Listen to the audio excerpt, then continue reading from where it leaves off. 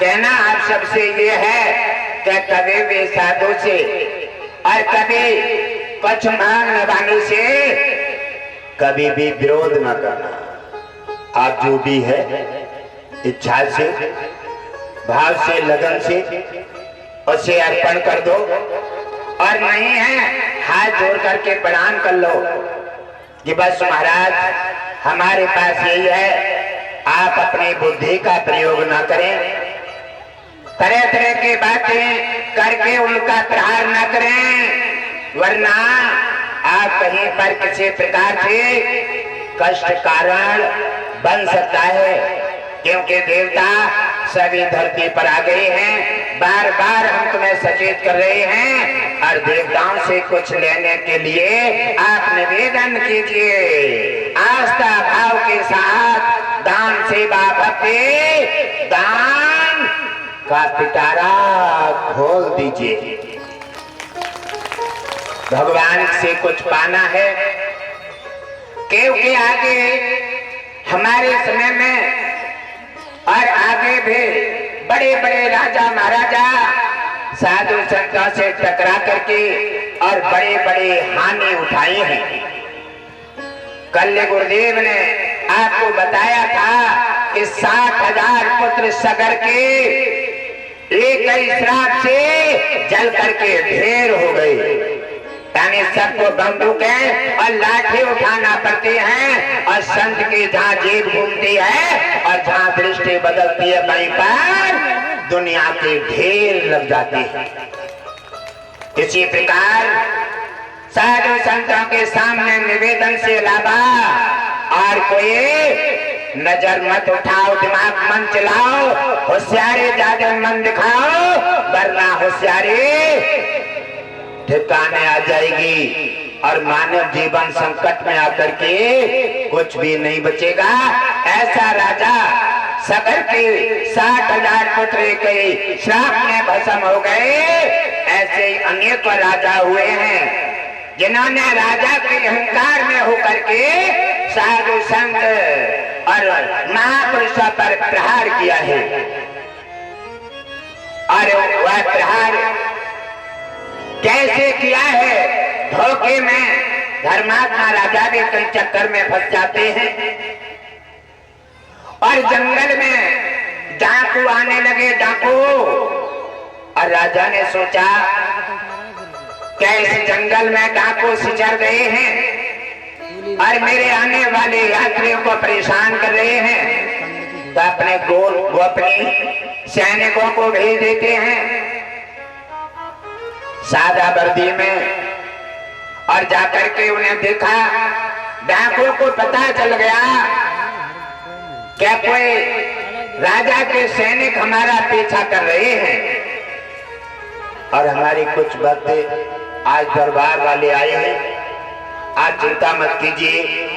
Ashwini Kumar Susan वैद्य की प्रक्रिया लगातार जारी है, दरबार की प्रक्रिया चल रही है, और दरबार वाले जब तक दरबार की प्रक्रिया विराम नहीं तब तक उठा बैठी नहीं करेंगे। क्यों? अश्विनी कुमार सुसैन वैद्य की जांच चल रही है। आपको क्या समस्या है, आपकी जांच करके आपको शांति प्रदान की जाएगी, आशीर्वाद दे करके आपका कल्याण किया जाएगा। बोलिए अश्विनी कुमार सुसैन वैद्य की जय। राजा के सैनिकों ने जब देखा कि ये सैनिक लुटेरा आगे दिखाई देते हैं, और उन लुटेरों के चक्कर में पीछे लगे, और लुटेरों ने सोचा कि सैनिक आ रहे हैं, अब हम कहां जाएं? हमारे पास माल भी पर्याप्त है, और माल के साथ आज पकड़े जाएंगे। इसलिए उन्होंने देखा लुटेरा भी आश्रम को भी टारगेट बनाते हैं, माल लूटने वाले लुटेरों को भी अच्छे आदमी की जरूरत है, और सोचने लगे और कहीं शांति नहीं मिलेगी, और जाकर के आश्रम में प्रवेश कर गए और कहने लगे गुरुदेव मेरे पास पीछे लुटेरा आ रहे हैं और मेरा धन छिपा लीजिए। और हम किसी टाइम कल ले जाएंगे, और नहीं जो हमारा धन भी छीन लेंगे, हमें मार देंगे। अब संत जी ने जना परख पाए कि जे लुटेरा है या पीछे आ रहे हैं वो लुटेरा है। अब संत जी सीधे साधे स्वभाव के, उन्होंने कहा कोई बात नहीं है, यहाँ रख दो और इस गेट से निकल जाओ, तुम्हारी जान बचाने का हमारा फर्ज है। ऋषिराज ने धन अपने कुटिया में रखवा लिया और वो लुटेरों को दूसरे गेट से निकाल दिया। तो कहा जाता है बिना दया के संत कसाए, दया करे तो आफते आए। संत जी को आफत आ गई। पीछे से राजा के सैनिक आश्रम में प्रवेश कर जाते हैं, और जैसे प्रवेश किए लुटेरा का धन के सहित महात्मा जी को गिरफ्तार कर लिया। और महात्मा ने कहा कि मुझे जानकारी में नहीं है, लेकिन जहाँ प्रूफ मिल गया दुनिया को क्या चाहिए, प्रूफ। अब बात प्रूफ मिल गया। महात्मा को घसीटते हुए राजा के सैनिक अपने राजा के पास ले आते हैं। संत जी को जब घसीटते हुए ला रहे हैं, धक्का मारते हुए, भगवान विष्णु कह रहे हैं लक्ष्मी से कि हे लक्ष्मी, साधु संतों के ऐसे उनके साथ में अन्याय किया जाता है। राजा इतने अन्यायी है क्या बिना सोचे बेचारे जाने और साधुओं पर प्रहार कर देते हैं। कहने लगे नाथ, कहने लगे चिंता मत करो लक्ष्मी, इनका दूध का दूध पानी का पानी हो जाएगा, क्योंकि मेरा भगवान विष्णु जिसके सहारे उसका नाम जुड़ जाता है। अरे संकट तो सबको आते हैं, राम को भी आए और कृष्ण को भी आए, लेकिन जिसने अपने भगवान विष्णु से रिश्ता बना लिया, नाम जोड़ दिया और उनका नाम दान लेकर के जुड़ गए, और संकट कोई भी आए अपने भगवान को नहीं छोड़ते हैं। कैसे? अगर कोई संकट आ जाए हम नहीं जाएंगे, हमारी समस्या हल नहीं हुई, ठीक है आपने गुरु को बदल दिया, नहीं जाएंगे, आपकी समस्या हल नहीं हुई। अगर किसी समय खाना आपने खाया और आपका पेट खराब हो जाए, पेट खराब हो जाए, खाना आपको नुकसान दे जाए, क्या आप खाना जीवन भर छोड़ेंगे? कोई छोड़ोगे? कोई नहीं छोड़ोगे ना। जैसे पेट सही हो जाएगा तभी फिर खाने लगोगे। आपने अपने मतलब की चीज क्यों नहीं छोड़ी है? लेकिन आपने ये सोचा नहीं है, सबसे बड़ी मतलब की चीज आपने खो दी है। जो गुरु के नाम दान लेकर के और गुरु के खाते से निकल जाता है और गुरु के पास मार्ग छोड़ देता है, वह तीनों लोग 14 भवनों में बचाने वाला पैदा नहीं होता है।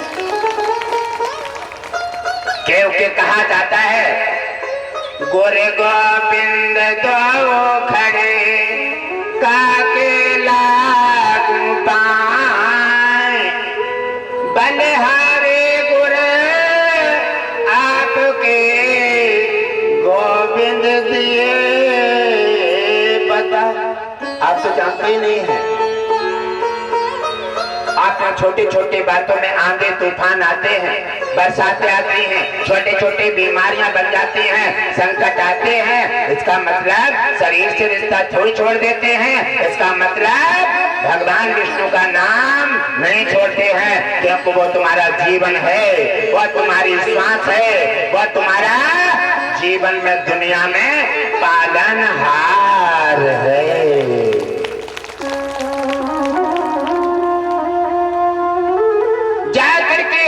जब देखा है सुबह दरबार लगा और दरबार में संत जी को राजा के सामने पेश कर दिया। भाई जो जुर्मी होता है उसे अदालत में पेश किया जाता है, अधिकारी के पास पेश किया जाता है और राजा के पास पेश कर दिया। राजा ने देखा क्या कारण है, इन संत को यहाँ क्यों लाए हो? कहने लगे ये संत नहीं है, इनके पास डाकुओं का धन पाया गया है, इसी कारण हम यहाँ इनको लेकर आए हैं आपके सामने। राजा ने पूछा, कहो मुनिराज ये बात सत्य है? तब मुनि तो कबू झूठ बोले ना। कहा, हाँ राजन, हमारे आश्रम में धन पाया गया, लेकिन ये पता नहीं था धन वो डाकू हैं या जो पीछे आए वो डाकू हैं। हम डाकुओं की पहचान साधु संतों को कहाँ रखी है? हम तो केवल माला घुमाना जानते हैं, सीधे सच्चे स्वभाव के हैं, अपने धर्म और अपने ईश्वर का गुणगान करते हैं, इसलिए हम पहचान नहीं पाए। राजा ने कहा, अगर तुमने ये जुर्म कबूल कर लिया है, धन तुम्हारे यहाँ डकैतों का पाया गया, तो फिर आप दंड के अधिकारी हैं। राजा ने कहा कि सुबह 12 बजे ने चढ़ाई पे काम करके और सोने पर चढ़ा दो, इनका यही दंड है। इन्होंने डाकुओं का साथ दिया है और इन्हें चौराहे पर सूली पर चढ़ा दो, यही इनका मृत्यु दंड है। निर्धारित कर दिया। अब मुनि राज पर कोई फर्क नहीं है, जैसे सुबह दिन निकलता है 12 बजते हैं और सैनिक ले जाकर के ऋषि राज को चौराहे पर सूली पर जाकर जग हसाई करा दी और उनके सामने, सबके सामने ऋषि राज को सूली पर टांग देते थे।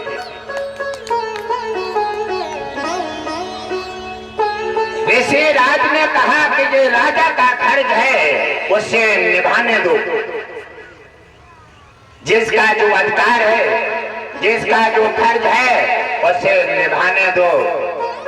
और ये फर्ज अगर मैं दोषी हूँ तो मेरा कुछ बिगड़ेगा, और मैं दोषी नहीं हूँ तो ये सूली क्या, ऐसी लाखों सूली पर मुझे चढ़ा दिया जाए, मेरा कुछ भी नहीं बिगड़ेगा।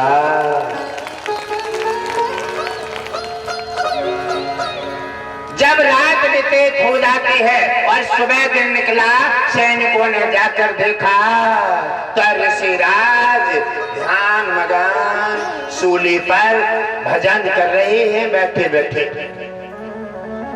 सैनिक ने देखा कि ये तो ऋषिराज बड़े सही सलामत बैठे हैं, सूली ने छेदन नहीं किया है। और जैसे देखा वैसे ही पटका खाते रहे। सैनिक राजा के पास आ जाते हैं, कहने लगे राजन क्या हुआ? कहने लगे राजन गजब हो गया। अरे कहने लगे क्या हुआ? कहने लगे राजन ऋषि राज को सूली ने छेदन नहीं किया है, और ऋषि राज वैसे ध्यान मगन बैठे हैं, ये कोई चमत्कार संत है, इसलिए चमत्कार से सूली भी फेल हो गई है। अब तुम्हारा और हमारा दोनों का ठिकाना नहीं है। राजा ने जब सुना मुनिराज इतने चमत्कारी हैं तो मेरा भी राज्य का सर्वनाश हो जाएगा।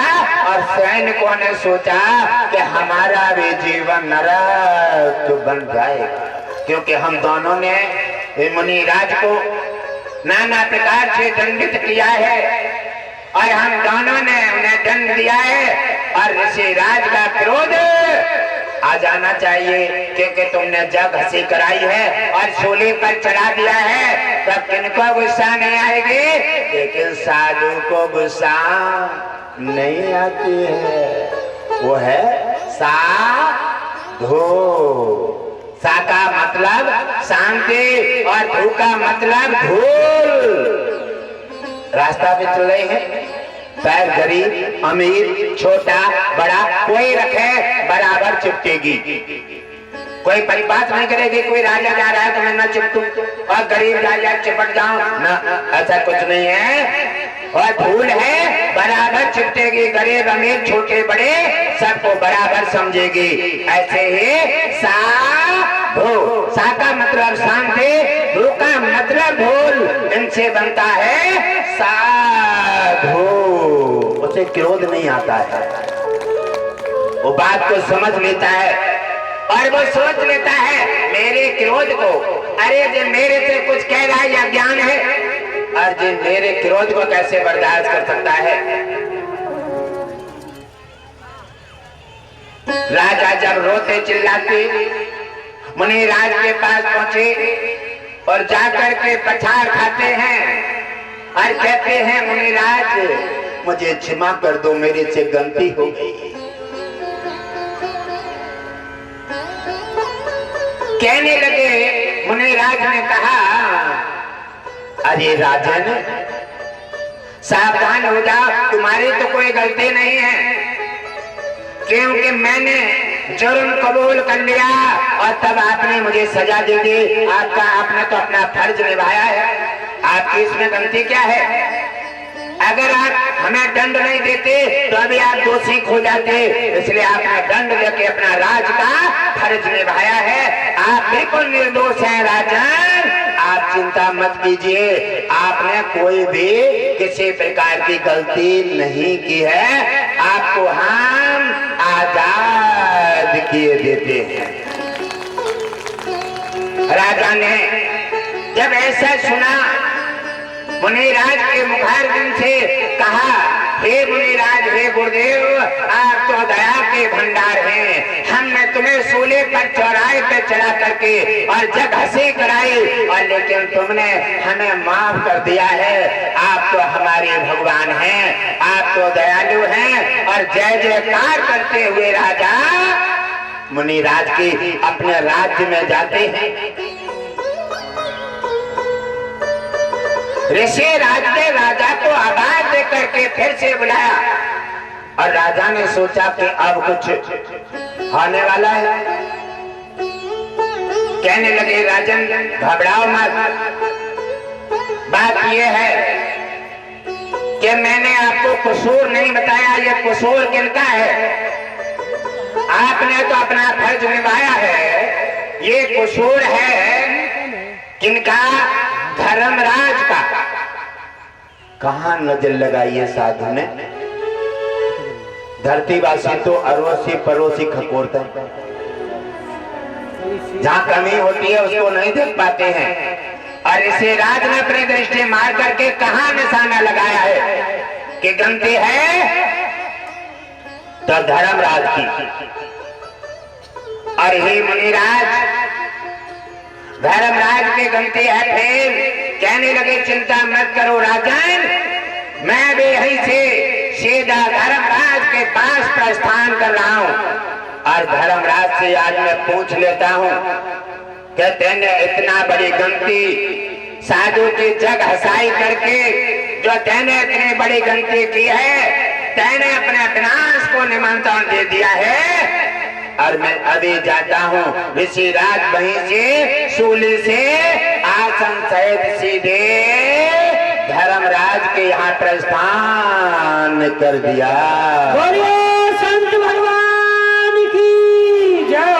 मुनिराज के लिए जोरदार तालियों से स्वागत कर दो, जोरदार तालियों से।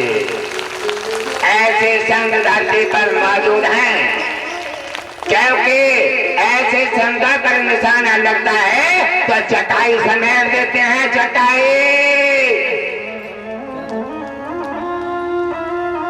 जाकर के उन्होंने देखा और आसन सही चले जाते हैं। जब जाकर के धर्मराज के जहां प्रवेश किया और धर्मराज के जहां मरे रह जाते हैं, जीवित जाता नहीं। अब जब उन्होंने देखा कि जीवित प्राणी कोई आया है तो धर्मलोक में हलचल मच गई। जाकर के उनके भक्त जो जाकर के धर्मराज के पास पहुंचे, महाराज यहाँ तो कोई अनहोनी होने वाली है। कहने लगे क्या हुआ? कहने लगे कोई मृत लोक से जीवित प्राणी घर के धर्म लोक में पधारा है। अब तो धर्मराज को भी पसीना छूट गया और सिंहासन छोड़ा, दौड़ पड़ी और जाकर के दौड़ करके आते हैं, देखा तब मुनिराज आसन जमाए हैं। कहो मुनिराज, आपने ये धर्म लोक का मर्यादा का उल्लंघन कैसे किया? यहाँ तो मरे हुए आते हैं, तुम जिंदा कैसे आइए? कहने लगे धर्मराज, आप गनते करके हमसे पूछ रहे हो और गनते करके हमसे पूछ रहे हो, अरे ये तो हमें तुमसे पूछना है, इसलिए अरे जीवित के बाद धर्म लोक के छोड़ दो। हम तो यमराज के भी कलम पकड़ लिए हैं और हम भगवान विष्णु के क्षीर सागर में भी पहुंच जाएंगे।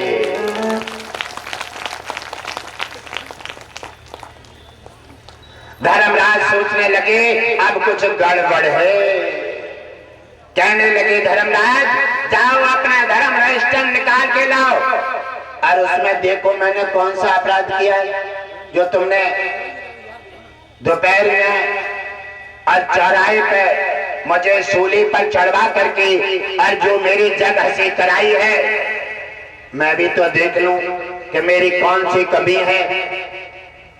धर्मराज जाते हैं, रजिस्टर लेके आते हैं और ला करके देखा, धर्मराज ने बताया, हे मुनिराज, आप जब छोटे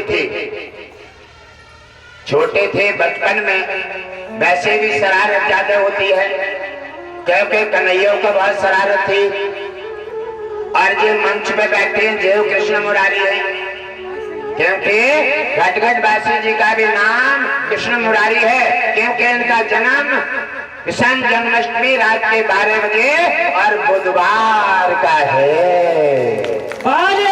कृष्ण मुरारी विष्णु लक्ष्मी सभा सरकार की जय हो। जाकर के देखा और पूछा कि जब छोटे थे तो तितली पकड़ लेते थे, तितली, और तितली के पिछले भाग में कांटा लगाकर और उड़ा देते थे, इसलिए तुम्हें उसके बदले में सूली पर चढ़ाया गया है।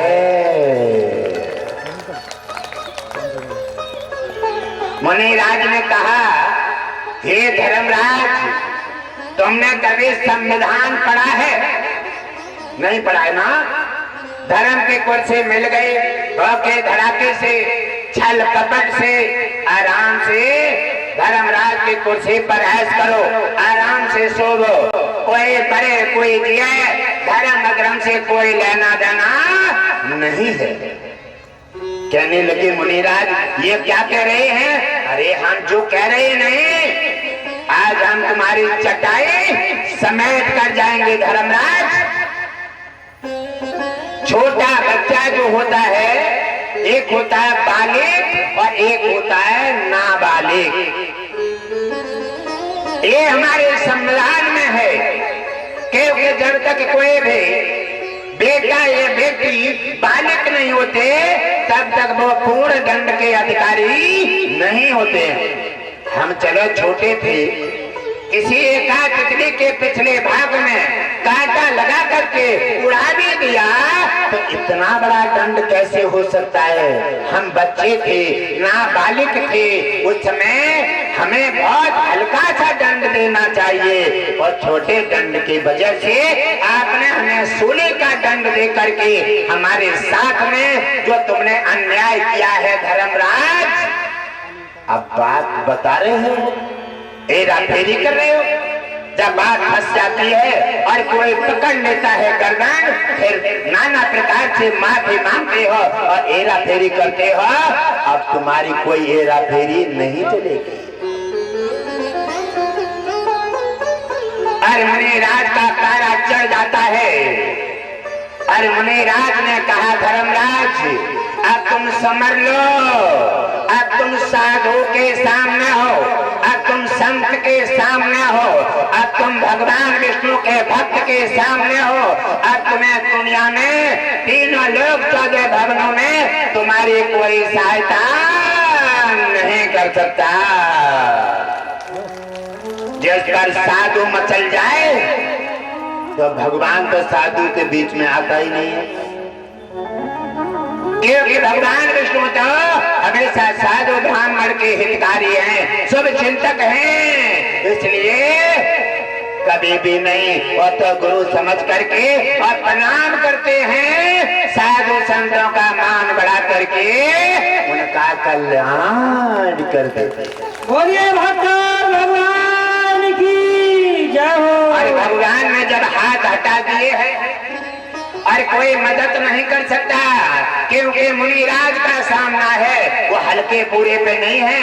अब सोच लीजिए, धर्मराज पर, धर्मराज और यमराज अपना अपना अधिकार दोनों का होता है, तो धर्मराज के समय पर जाकर के उन्होंने पासा पलट दिया है और कहा, सुन धर्मराज, इस धर्म के कुर्सी पर अधर्म करते करते तेरा पाप का घड़ा भर गया है, और आज तैने इस अपराध की चट्टान पर बैठ करके तैने इस साधु को चुनौती दी है, और तैने चौराहे पे टांग करके मेरा जो जग हंसी कराई है, उसके बदले में मैं दंड निर्धारित कर रहा हूं। हे धर्मराज, सावधान हो जा। धर्मराज के यहाँ जाकर के कोई चुनौती दे, ये केवल वीरता साधु में हो सकती है। इसे तुम्हारे घर पर जाकर के चुनौती दे। धर्मराज के घर पर धर्मराज को चुनौती दी है और धर्मराज का पसीना छूट गया है। धर्मराज इधर उधर देख रहे हैं, भगवान से डोल लगा रहे हैं। उन्होंने हाथ हिला दिया, कहा कि हमारी भी चटाई समेटवाओ का, गलती तुमने की है, तुम्हें बर्दाश्त करो। ना भगवान विष्णु ने, न शंकर जी ने और न ब्रह्मा ने कोई ने सहारा नहीं दिया, जैसे दुर्वासा को नहीं दिया। कोई भी गलती करे, चाहे धरतीवासी हो, चाहे राजा हो या देवता हो, जब गलती असीमित हो जाती है तो उसकी मदद करने वाला दुनिया में पैदा नहीं। अपने भी जो कुछ भी मिला है ना, आप भगवान को बोलना वादा करके आए हो, आप दान ना करो, सेवा ना करो, हाँ, आप ये तो तुम्हारी मनमानी चलेगी, लेकिन आपको मानव जीवन जितने दिन को ये किराए का मकान मिला है, तो आप ये समझो यात्रा कर रहे हैं, आप सफर कर रहे हैं। चाहे आप ट्रेन में करें, चाहे आप हवाई जहाज में करें, चाहे आप 4 पहिया की गाड़ी में करें, चाहे मोटरसाइकिल पर करें, आप जीवन यात्रा है। जहाँ दिन यात्रा पूरी हो गई, वह दिन ना कोई बहाना मिलेगा, वह दिन सब छुट्टी हो जाएगी। इसी प्रकार यात्रा जो कर रहे हैं, सफर अच्छा कीजिए, दान सेवा और भक्ति मार्ग में जुड़े रहें, और गुरु ही तुम्हारी नैया का खेवैया है, और भगवान विष्णु का नाम और एकादशी व्रत ही तुम्हारा कल्याण करने वाला है।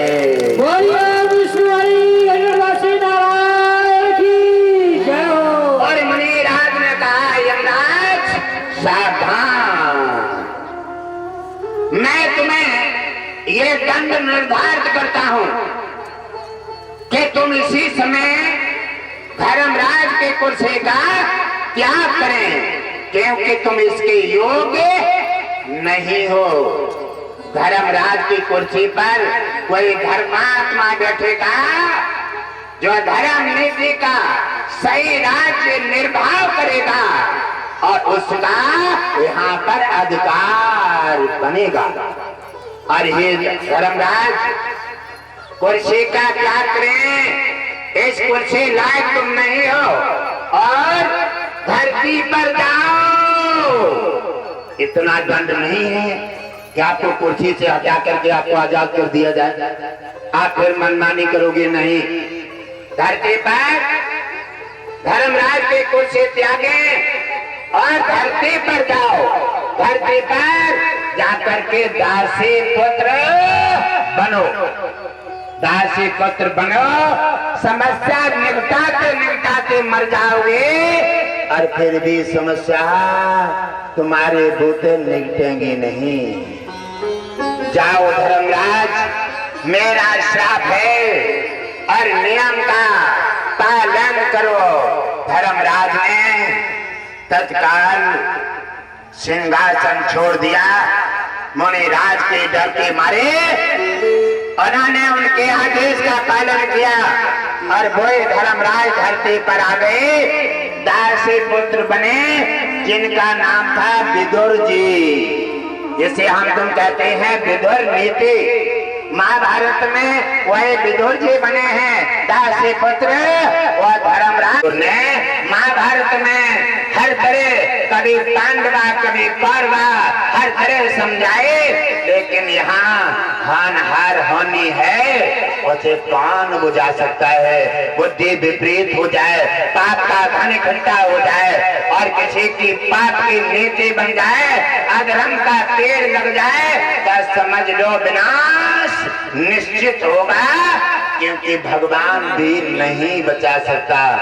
कृष्ण जी ने महाभारत बचाने का बहुत प्रयास किया और उन्होंने कहा ये महाभारत बच जाए और नहीं खून खराबी हो जाएगी, युद्ध जो है बड़ा भयंकर होगा। तो उन्होंने सोचा कैसे बचेगी। बचाने के लिए शांति दूत बनकर गए दुर्योधन के यहाँ और शांति दूत बनकर जाते हैं कि मैं हो सकता है 5 गांव दिलवा करके लड़ाई शांत कर दूं और पांडवन को 5 गांव से समझा दूंगा। लेकिन जाकर पहुंचे विनाश काल, विपरीत बुद्धि आपत्काल मर्यादा नास्ते। जिसकी बुद्धि भ्रष्ट हो जाती है हराम का धन खा खा करके, वाकई बुद्धि पर किसी का समझाने का असर नहीं पड़ता है। वो भगवान से भी विमुख हो जाता है, दान से विमुख हो जाता है, सनातन और सभी धर्मों से हट करके अपना विनाश का खाता खोल देता है। शांति दूत बन करके गए दुर्योधन के यहाँ। जब दुर्योधन ने देखा कि शांति दूत बन करके मुरली मनोहर आ रहे हैं, कहने लगे आज अच्छा फंदा है और लड़ाई की जड़ है केवल यही है बंसी भरो। और आज चलो कोई बात नहीं, पहले तो मेवा खाने में उलझाएंगे, अगर खाने से समर गो तो अपने में आ जाएगा, पांडवन को मार के बजा दिए। और अगर खाने से अगर न आओ चक्कर में तो तुम सब होशियार रही हो, कमरा में बंद करके अकेले आ गए, कमरा में बंद करके और छुट्टी कर दे, न रहे बांस और न बजे बांसुरी। कहने लगे ठीक सोचिए, कहने लगे ठीक सोचा है तुमने। और जैसे वो पहुंचे शांति दूत बन करके स्वागत किया और मेवा तरह तरह के फल और मेवा के ढेर लगा दिए। आइए आइए आप प्रसाद ग्रहण कीजिए। मुरली मनोहर बंसी बारे सोच लेते हैं, अपराध के अहंकार के धन में और प्रसाद में दुर्गंध आती है, सुगंध नहीं दुर्गंध आएगी। कहने लगे इसमें छल कपट धोखा भरा हुआ है, इसलिए इस प्रसाद में मेवा में दुर्गंध आ रही है, इसलिए दुर्योधन मेरी इच्छा नहीं है। दुर्योधन की मेवा त्यागी, साग बिदुर कर खाए और सुबरी के बेर सुदामा के तंगल रोचे रोचे भोग लगाए। बहुत कोशिश के खाए ले कहने लगे नहीं, अहंकार का छल कपट में मैं अपना भोग नहीं लगाता हूँ और नहीं वो अंश मेरे में आएगा तो मैं भी अपराधी हो जाऊंगा, इसलिए मैं नहीं खाऊंगा। दुर्योधन मैं जो प्रस्ताव लाया हूँ उसमें क्या कह रही है? तो कहने लगे ठहर जाओ, जब मेवा ना खाओगे तो फिर लाठी तो खाओगे। निकाल के लाओ, गेट बंद कर दिए और सभी तैयार हो जाते हैं मोटी मोटी लाठी लेके। बंसी बारी ने सोचो ये का हो रहा है, हम आए शांति दूत बन करके लड़ाई खत्म करने को और जहाँ तो हमारा ही राज तो बनने को समय को। कहने लगे ठीक है। कहा दुर्योधन क्या धृतराष्ट्र की बुद्धि में, क्योंकि बेटा तुम उन्हीं के हो, तब तुम्हारा और उनका कोई परिवर्तन नहीं हुआ? क्योंकि प्रहलाद राक्षस का बेटा था और भगवान विष्णु के शरण पाकर के इतना महान बन गया कि उसने इतिहासों में नाम लाया, लेकिन तुम बिल्कुल नहीं बदले। कहने लगे देखो ये बातें छोड़ दो, अब तुम्हारा लड़ाई झगड़ा सब तुमने कराया है, अब हमारे तुम्हारे दो दो हाथ होंगे और तुम्हारी कहानी खत्म होगी, हमारा साम्राज्य। कहने लगे ये तो ठीक है। अब कृष्ण जी कहने लगे कि अब ये हमारे हाथ से मरने ना, क्योंकि पांडवों के हाथों से इनकी मौत है। अब हम क्या करें? अब मजबूरी में कोई लड़ाई ऊपर पड़ जाए तो फिर क्या करो जाए? कहने लगे चलो फिर भी अपना अधर्म का कदम मत रखो, अपना धर्म नीति का पालन करने वाले हैं, फिर भी अपना बचाव कर ले। और मारने का काम नहीं है, मारे तो पांडवों के हाथों से जाएंगे, इसलिए बचाव कैसे हो? इतने जन्म में से कैसे बच जाए? भाजोगे तो घसीट लिए। अब वो तो भगवान है या साधु है? साधु चाहे तो 1 करोड़ हो, कल देखो सगर के 60,000 पुत्रों का एक ही साधु ने ढेरी बना दी। और कहने लगे ठीक है, अरे कहने लगे दुर्योधन ठहरो, अरे कहने लगे ठहरने को कहाँ समय है, हम तो सोच रहे हैं तुम जल्दी मरो और पांडवों को मार के बजाएं और साम्राज्य अपने अधिकार में ले। तो कहने लगे ठीक है, और जैसे ही दौड़े और कृष्ण जी विराट रूप में आ गए। कहने लगे विराट रूप से अलावा और कोई चांस ना है। विराट रूप अगर चक्र का आह्वान कर दिया तो सबको काट मकीर देगा, तो मेरे को अन्न करने का अपराध लग जाएगा। इसलिए हे सुदर्शन आप अपनी जगह बने रहें और मैं यहाँ थोड़ी लीला कर लेता हूँ। उसी समय लीला धर ने लीला के और विराट रूप दिखाया, इतना तेज है कि लाखों सूरज का तेज अकेले में है। दुनिया उनके मुंह में जा रही है और दुनिया निकल रही है, आंखें बंद हो गई दुर्योधन और सखाओं के। इतने में बंसी बारो भागो। कबो कबो बाव भागने को मौका लग जाता और बंसी बारे ने तो बहुत जगह भागो है, बाको तो जिंदगी भागत ही भागत निकल गई और बड़ी लीला करने पड़ी हैं। आकाशर बाकाशर उतना पूतना छोटे से मारधार शुरू कर दी। इसलिए भगवान तो भगवान है, अरे अपने लीला करके वहां से निकल आया, अपराध भी नहीं हुआ और उसी समय से आकर के महाभारत निर्धारित कर दिया। अब महाभारत निश्चित होगा, क्योंकि दुर्योधन नहीं मानेगा।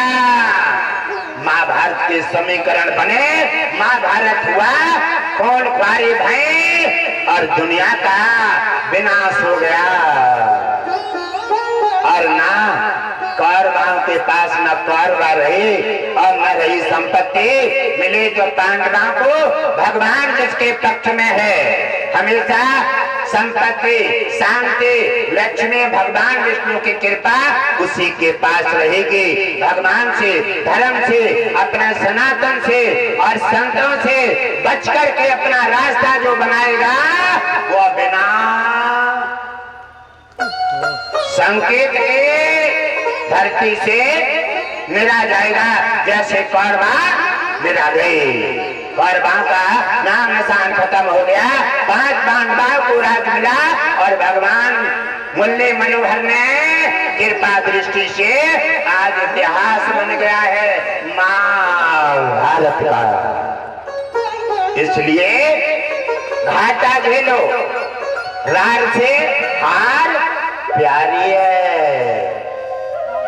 एक एक बिलस्त जमीन के पीछे लड़ जाता, कोर्ट कचहरी में एक बिलान जमीन के पीछे 10-10 लाख रुपए लगा दें, 10-10 साल तक तारीखें करते रहे, खाना ना खाए, भजन ना कर मिले, कहीं कोई तीर्थ ना जाने को मिले। क्या है? तारीख है, तारीख करो। तारीख ऐसे पीछे पड़ गई है, सबसे ज्यादा तारीख लगी कलयुग में। कलयुग ने तारीख का ऐसा टारगेट लगा दिया कि तारीख से काऊ फुर्सत ही ना मिले। तारीख है, सत्संग चलो तारीख है, मंदिर चलो तारीख है, और तीर्थ में चलो तारीख है। तारीख किसी का पीछा नहीं छोड़ेगी मेरे प्रिय परिवारजनों। तारीख उन्हीं परिवारों में नहीं है जो भगवान विष्णु का दामन पकड़े है। अगर कैसे भी दुष्टाचारी ने उन्हें उल्टा करके फांस लिया है तो भगवान विष्णु ने उन पर टारगेट फिट कर दिया है। हमेशा अपने भक्त को न्याय मिलेगा और दुष्टाचारी ऐसा गिरेगा कि जिसके दांत भी मुंह लब से खाने लायक रह जाएगा।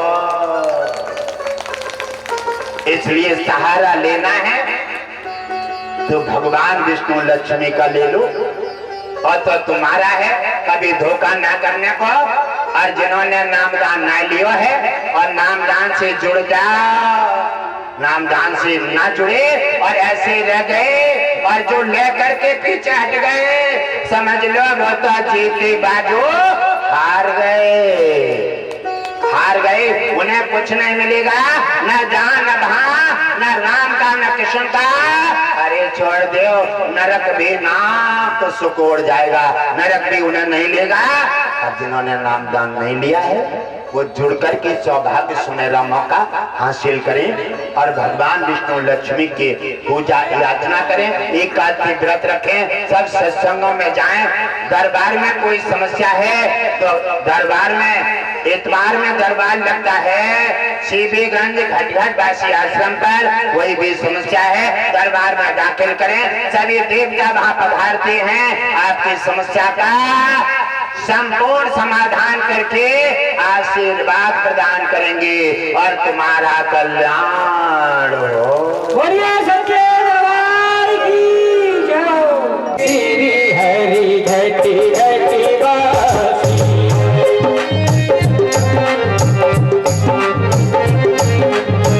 आरती श्री हरि घटी घटी वासी, श्री विष्णु नंदे सुख राशि।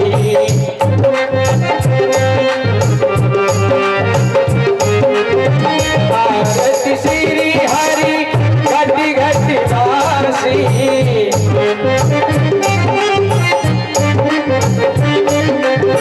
श्री विष्णु नंदे राशि, श्री विष्णु नंदे सुख राशि।